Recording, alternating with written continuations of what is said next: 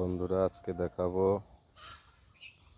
আমার করলা গাছের যে ক্ষেত। করলা গাছের সাথে আবার কিছু শসা গাছ, এটা আছে ধুন্দুল গাছ, একই সাথে জাংলায় উঠবে।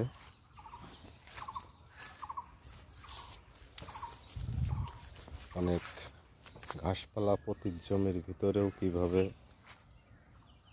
গাছগুলো রোপণ করেছিলাম, অনেক পরিশ্রম করে গাছগুলো এখন দেখার মতন হয়েছে।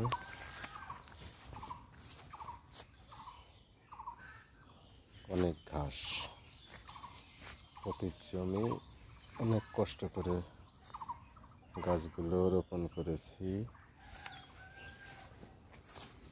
এখন আসলেই দেখার মতন হয়েছে।